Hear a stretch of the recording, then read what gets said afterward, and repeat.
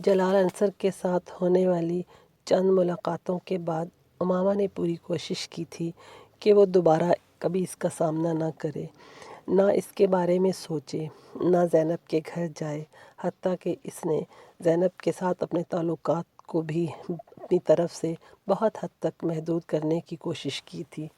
اس کی ہر حفاظتی تدبیر بری طرح ناکام ہوتی گئی۔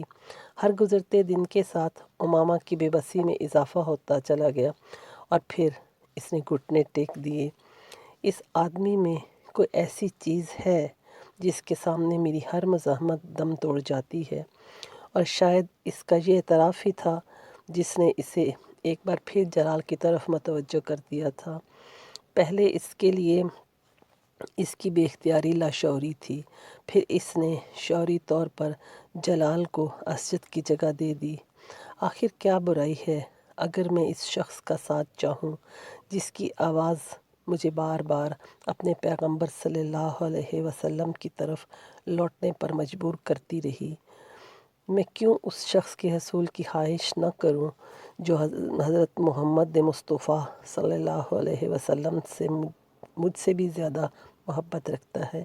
کیا مضائقہ ہے اگر میں اس شخص کو اپنا مقدر بنائے جانے کی دعا کروں جس کے لیے میں انس رکھتی ہوں اور جس کے کردار سے میں واقف ہوں؟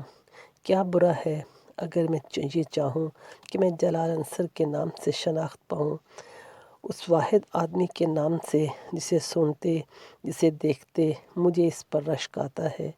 اس کے پاس ہر دلیل، ہر توجیہ موجود تھی۔ غیر محسوس طور پر وہ ہر اس جگہ جانے لگی جہاں جلال کے پائے جانے کا امکان ہوتا، اور وہ اکثر وہاں موجود پایا جاتا۔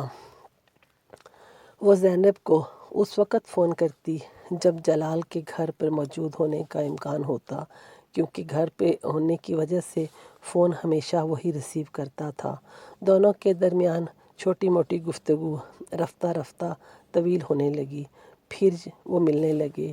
جویریہ، رابعہ یا زینب، دونوں کو امامہ اور جلال کے درمیان بڑھتے ہوئے ان تعلقات کے بارے میں پتہ نہیں تھا۔ جلال اب ہاؤس جاب کر رہا تھا اور امامہ اکثر اس کے ہاسپٹل جانے لگی۔ باقاعدہ اظہار محبت نہ کرنے کے باوجود دونوں اپنے لیے ایک دوسرے کے جذبات سے واقف تھے۔ جلال جانتا تھا کہ امامہ اسے پسند کرتی تھی، اور یہ پسندیدگی عام نوعیت کی نہیں تھی۔ خود امامہ کو بھی اس کا علم تھا کہ جلال اس کے لیے کچھ خاص قسم کے جذبات محسوس کرنے لگا ہے۔ جلال اس قدر مذہبی تھا کہ اس نے کبھی اس بات کا تصور بھی نہیں کیا تھا کہ وہ کسی لڑکی کی محبت میں گرفتار ہو جائے گا۔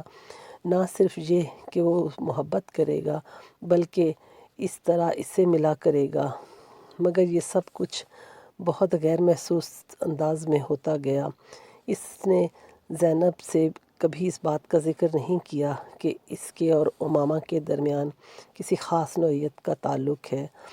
اگر وہ یہ انکشاف کر دیتا تو زینب اسے یقیناً امامہ کی اسجد کے ساتھ طے شدہ نسبت سے آگاہ کر دیتی۔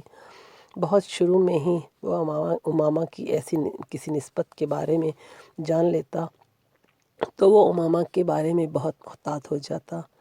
پھر کم از کم امامہ کے لیے اس حد تک انوالو ہونے کا سوال ہی پیدا نہیں ہوتا تھا جس حد تک وہ ہو چکا تھا۔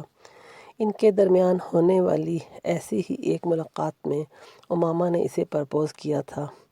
اسے امامہ کی جرأت پر کچھ حیرانی ہوئی تھی، کیونکہ کم از کم وہ خود بہت چاہنے کے باوجود ابھی تک یہ بات نہیں کر سکا تھا۔ آپ کا ہاؤس جاب کچھ عرصے میں مکمل ہو جائے گا، اس کے بعد آپ کیا کریں گے؟ امامہ نے اس دن اس سے پوچھا تھا۔ اس کے بعد میں اسپیشلائزیشن کے لیے باہر جاؤں گا، جلال نے سے کہا۔ اس کے بعد واپس آؤں گا اور اپنا ہاسپٹل بناؤں گا۔ آپ نے اپنی شادی کے بارے میں سوچا ہے؟ اس نے اگلا سوال کیا۔ جلال نے حیران مسکراہٹ کے ساتھ اسے دیکھا۔ امامہ، شادی کے بارے میں ہر کوئی سوچتا ہے، آپ کس سے کریں گے یہ طے کرنا ابھی باقی ہے۔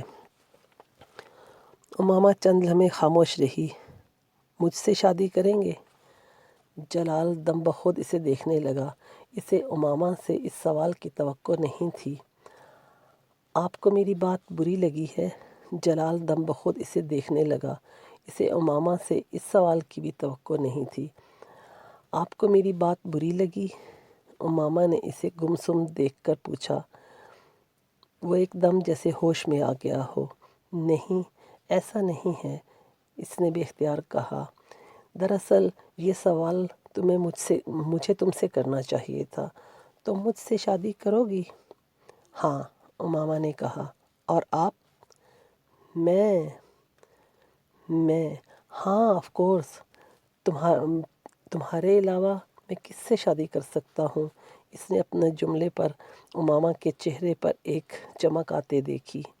میں ہاؤس جاب ختم ہونے کے بعد اپنے والدین کو تمہارے ہاں بھیجوں گا۔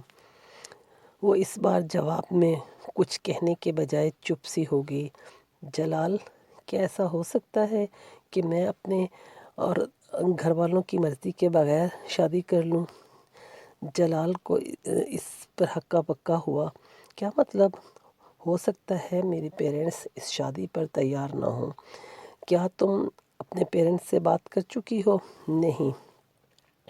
تو پھر تم یہ کیسے کہہ سکتی ہو؟ کیونکہ میں اپنے پیرنٹس کو اچھی طرح جانتی ہوں، اس نے کہا۔ جلال ایک دم کچھ پریشان نظر آنے لگا۔